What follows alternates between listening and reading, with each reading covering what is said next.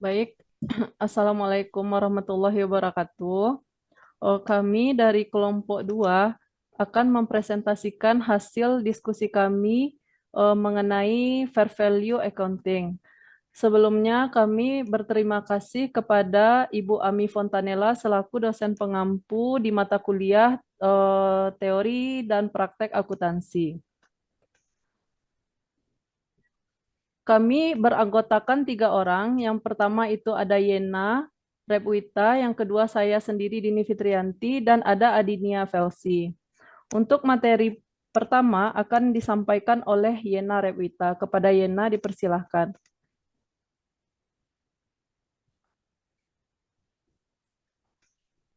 Terima kasih kepada moderator. Pada kesempatan kali ini saya akan menjelaskan tentang hmm, what is fair value. Bagaimana fair value ini bisa muncul. Sebelumnya, sistem akuntansi menggunakan dominasi konsep historical cost. Dari historical cost menuju fair value. Konsep historical cost ini konsep yang menggunakan pendekatan biaya perolehan menghasilkan nilai buku untuk berbagai kepentingan. Laporan nilai buku itulah yang selama ini lazim dijadikan acuan untuk menilai sebuah perusahaan dengan kondisi pasar yang semakin dinamis dan perkembangan sangat cepat. Akhirnya, konsep historical cost dianggap tidak relevan dalam mengukur realitas ekonomi. Hal tersebut terjadi karena historical cost hanya mengukur transaksi yang telah selesai, tidak bisa mengakui perubahan real yang terjadi. Sebagai gantinya, ditawarkanlah konsep fair value yang diberlakukan dalam IFRS untuk semua standar yang dikeluarkan. Dalam PSAK nomor 10 dijelaskan bahwa nilai wajar adalah suatu jumlah yang dapat digunakan sebagai dasar pertukaran aktiva atau penyelesaian kewajiban antara pihak yang paham dan berkeinginan untuk melakukan transaksi wajar.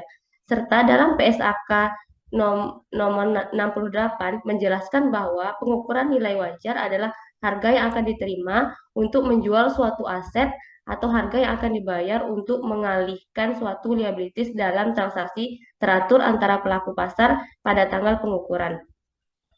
Nah, pada poin selanjutnya itu, berdasarkan definisi di atas tadi, maka PSAK 68 menganut exit price dalam menentukan nilai wajar, yaitu harga untuk melepaskan suatu aset atau liabilitas, bukan harga untuk memperoleh suatu aset atau liabilitas.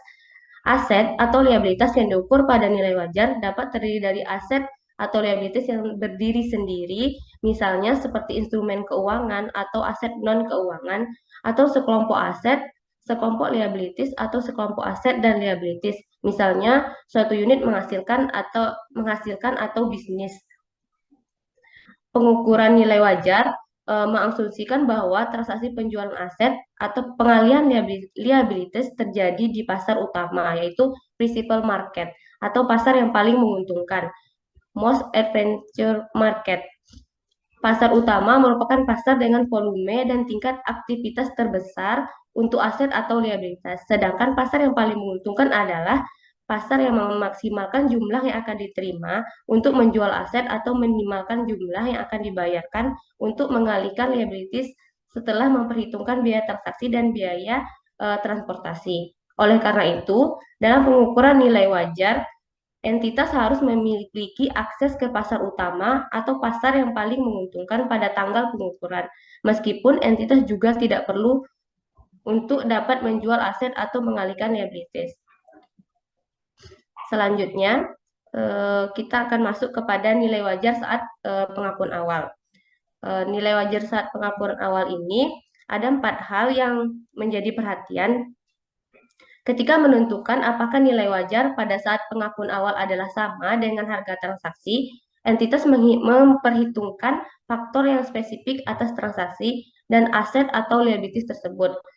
Sebagai contoh, harga transaksi dapat tidak presentasikan nilai wajar atau nilai wajar aset atau liabilitas pada saat pengakuan awal jika terdapat salah satu kondisi sebagai berikut. Yang pertama, transaksi adalah antara pihak-pihak yang berelasi. Walaupun harga dalam transaksi dengan pihak-pihak berelasi dapat digunakan sebagai input dalam pengukuran nilai wajar, jika entitas memiliki bukti bahwa transaksi telah dilaksanakan dengan menggunakan persyaratan pasar. Yang kedua, transaksi terjadi di bawah tekanan atau penjual dipaksa untuk menerima harga dalam transaksi. Sebagai contoh, kasus tersebut dapat dijadikan penjual mengalami kesulitan keuangan. Yang ketiga, unit akun direpresentasikan oleh harga transaksi, berbeda dari unit akun aset atau liabilities yang diukur pada nilai wajar. Sebagai contoh, kasus tersebut dapat terjadi jika aset atau liabilities yang diukur pada nilai wajar hanyalah merupakan salah satu elemen dalam transaksi. Contohnya dalam kombinasi bisnis. Transaksi tersebut mencakup hak dan keistimewaan tak tertulis yang diukur secara terpisah sesuai dengan pernyataan lain atau harga transaksi mencakup biaya transaksi. Yang keempat itu pasar di mana transaksi terjadi berbeda dari pasar utama atau pasar yang paling menguntungkan. Sebagai contoh, pasar tersebut dapat berbeda jika entitas adalah dealer yang melakukan transaksi dengan pelanggan di pasar retail, tetapi pasar utama atau pasar yang paling menguntungkan. Untuk transaksi keluaran adalah dengan dealer lain di pasar dealer. Yang selanjutnya itu ada teknik penilaian. Dalam fair value ini ada teknik penilaian yang dapat dilakukan. Teknik penilaian entitas menggunakan teknik penilaian yang sesuai dalam keadaan dan di mana data yang memadai tersedia untuk mengukur nilai wajar. Memaksimalkan penggunaan input yang dapat diobservasi yang relevan dan meminimalkan penggunaan input yang tidak dapat diobservasi. Ada 3 teknik selanjutnya, pada slide selanjutnya, ada 3 teknik kita bisa lihat di sini yang dapat digunakan dalam menentukan nilai wajar. Yang pertama itu menggunakan pendekatan pasar atau market approach, menggunakan harga dan informasi relevan lain yang dihasilkan oleh transaksi pasar yang melibatkan aset, liabilities atau kelompok aset dan liabilities yang identitas atau sebanding yaitu atau serupa seperti bisnis. Yang kedua itu ada pendekatan biaya, cost approach, yang mencerminkan jumlah yang akan dibutuhkan saat ini untuk menggantikan kapasitas manfaat. Kapasitas manfaat aset sering disebut sebagai biaya pengganti saat ini. Yang ketiga, itu menggunakan pendekatan penghasilan atau income approach, mengkonversi jumlah masa depan, contohnya arus kas atau penghasilan dan beban, ke suatu jumlah tunggal saat ini, yaitu didiskontokan. Ketika pendekatan penghasilan digunakan, pengukuran nilai wajar mencerminkan harapan pasar saat ini mengenai jumlah masa depan tersebut. Sekian penjelasan dari saya. Selanjutnya akan dijelaskan oleh Kak Dini. Kepada Kak Dini dipersilakan. Baik, terima kasih Hena. Saya lanjutkan mengenai input pada teknik penilaian. Input pada teknik penilaian itu ada dua. Yang pertama mengenai prinsip umum dan yang kedua input berdasarkan harga bid and ask. Prinsip umum ini teknik penilaiannya digunakan untuk mengukur nilai wajar memaksimalkan penggunaan input yang dapat diobservasi yang relevan dan meminimalkan penggunaan input yang tidak dapat diobservasi. Yang kedua, input berdasarkan harga bid and ask. Jika aset atau liabilities yang diukur pada nilai wajar memiliki harga bid dan harga ask, harga dalam bid ask spread yang paling mempresentasikan nilai wajar dalam keadaan tersebut digunakan untuk mengukur nilai wajar terlepas dari mana input tersebut dikategorikan dalam hierarki nilai wajar, yaitu level 1, 2, atau 3. Penggunaan harga bid ini untuk posisi aset dan harga ask untuk posisi liability diizinkan tetapi tidak disyaratkan.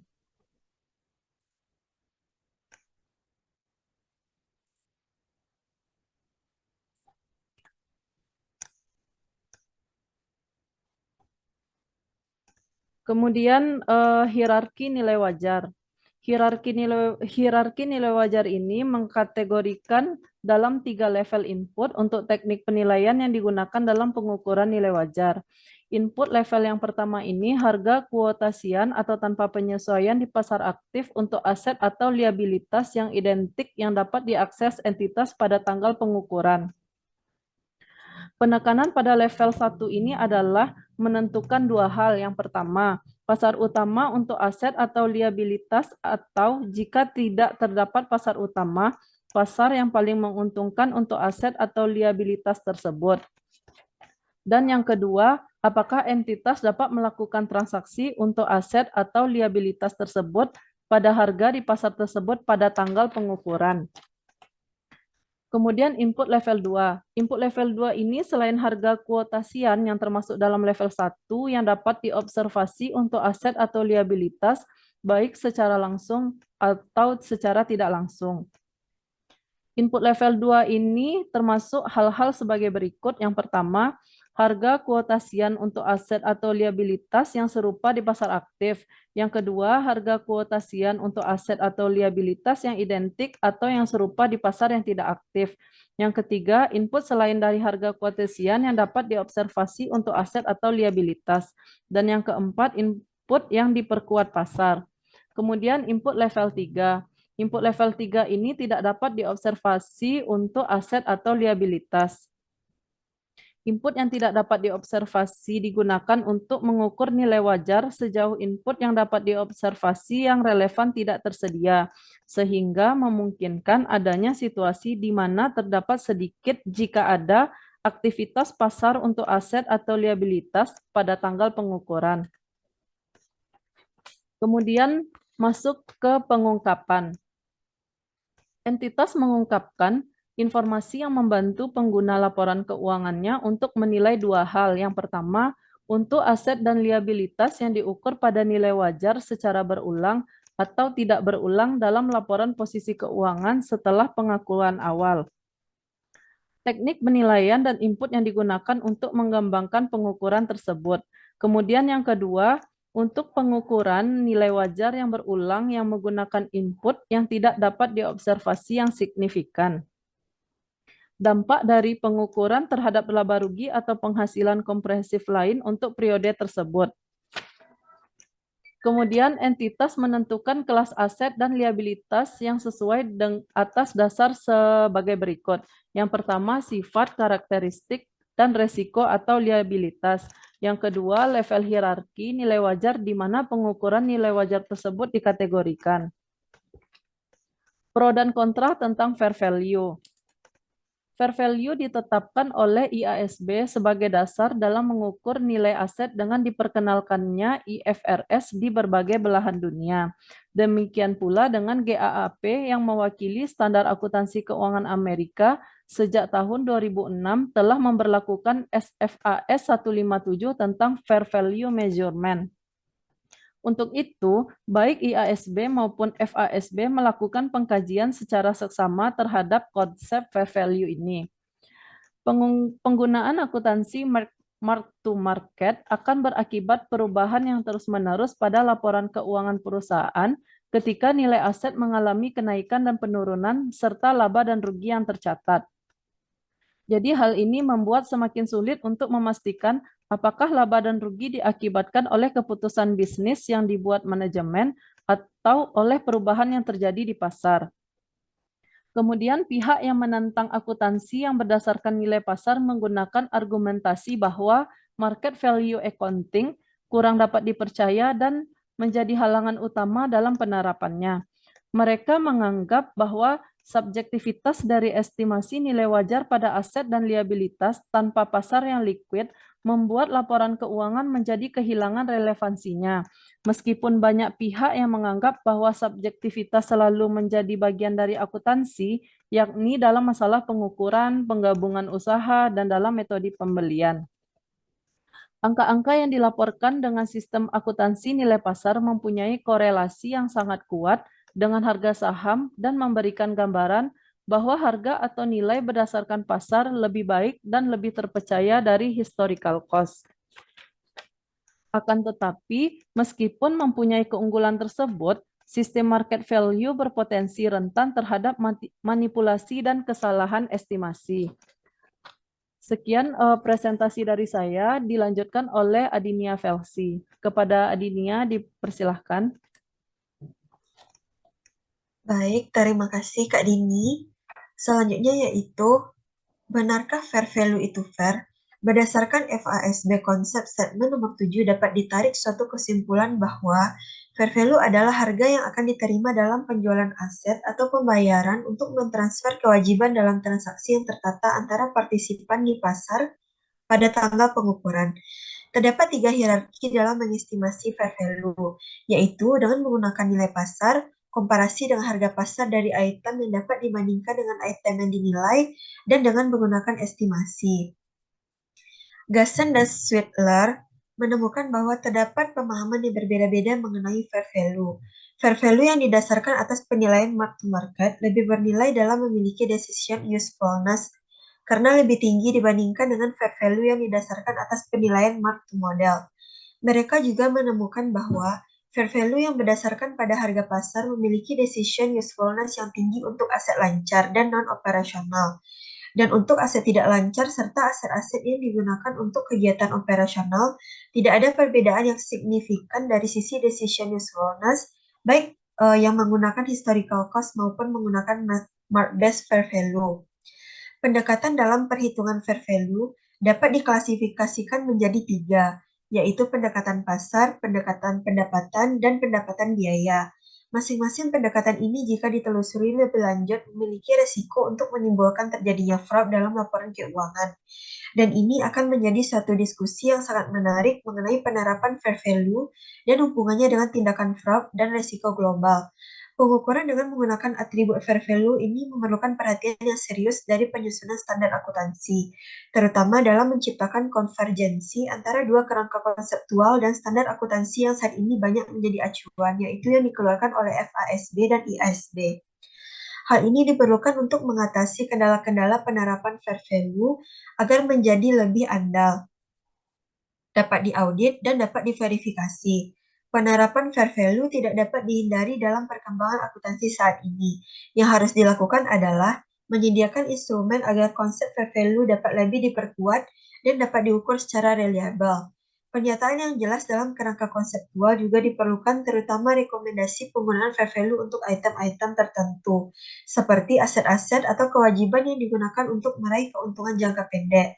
Pengungkapan atau disclosure mengenai penggunaan fair value juga perlu diatur secara lebih ketat untuk menghindari bias dan penyalahgunaan manajemen dalam melakukan estimasi, khususnya untuk item-item yang diukur dengan fair value namun kurang market value-nya yang tidak tersedia. Selanjutnya yaitu kelebihan dari fair value. Di sini terdapat 2 kelebihan dari fair value. Yang pertama yaitu relevance. Banyak orang percaya bahwa standar akuntansi historical cost telah banyak kehilangan relevansinya karena kegagalannya mengukur realita ekonomi. Hampir semua orang setuju bahwa peristiwa ekonomi yaitu kejadian yang mengubah waktu, kapan arus kasih terima, dan jumlahnya yang akan datang harus tercermin dalam laporan keuangan. Akan tetapi, seringkali modal historical cost hanya mengukur transaksi sudah selesai dan gagal mengakui adanya perubahan nilai real lain yang dapat terjadi. Yang kedua yaitu reliability. Masalah yang selalu ada yang tidak dapat dihindari adalah bahwa model akuntansi berdasarkan historical cost tidak dapat mengakui adanya perubahan nilai yang bersifat ekonomis dan cenderung membiarkan perusahaan memilih sendiri apakah dan kapan mengakui adanya perubahan tersebut. Ini mendorong adanya bias dalam pemilihan apa yang dilaporkan dan memperburuk kompromi kenetralan dan dipercayainya informasi keuangan. Selanjutnya, Penman tahun 2007 mengemukakan argumen mengenai kelebihan dari fair value ini. Di sini terdapat 5. Yang pertama yaitu investor-investor berkaitan dengan nilai, bukan biaya, maka melaporkan fair value. Yang kedua, dengan berlalunya waktu, harga historis jadinya tidak relevan di dalam menaksir posisi keuangan suatu entitas. Harga menyediakan informasi terbaru sekitar nilai dari aset-aset. Ketiga, akuntansi fair value melaporkan aset dan kewajiban dalam cara yang ekonomis akan memperhatikan mereka. Fair value mencerminkan pokok ekonomi yang benar. Selanjutnya yang keempat, akuntansi fair value melaporkan economic income. Seturut diterima secara luas definisi Hicksian dari pendapatan sebagai perubahan dalam kekayaan, perubahan dalam fair value dari aset bersih pada neraca menghasilkan pendapatan.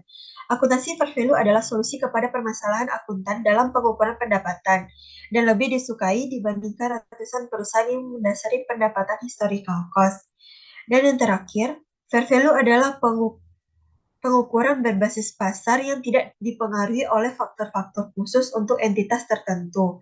Secara setimpal, itu menunjukkan satu pengukuran yang tidak bias, yang konsisten dari periode ke periode dan lintas entitas.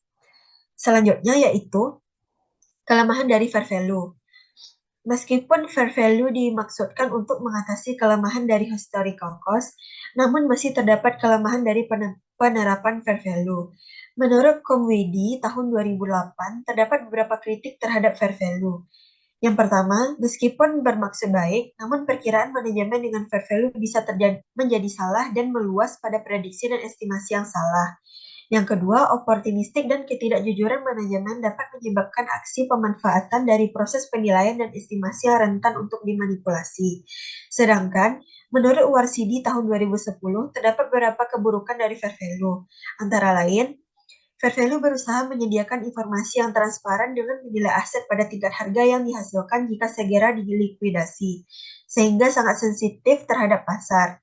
Kedua, akuntansi fair value bekerja melalui akuntansi mark to market, yaitu aset dicantumkan dengan harga pasar mereka jika diperdagangkan secara terbuka. Akibatnya, terjadi perubahan terus-menerus pada laporan keuangan perusahaan ketika nilai aset mengalami kenaikan dan penurunan yang berdampak pada laba dan rugi yang dicatat. Hal ini membuat semakin sulit untuk memastikan apakah laba dan rugi diakibatkan oleh keputusan bisnis oleh manajemen ataukah terjadi karena perubahan yang terjadi pada pasar. Dan yang terakhir, banyak pihak, utamanya lembaga-lembaga keuangan, mengkhawatirkan akuntansi yang berdasarkan harga pasar akan menyebabkan volatility kinerja lembaga karena semakin mudahnya berfluktuatif nilai item-item aktiva maupun liabilitas. Baiklah. Sekian presentasi dari kelompok kami. Mohon maaf apabila ada kesalahan dan kekurangan. Assalamualaikum warahmatullahi wabarakatuh.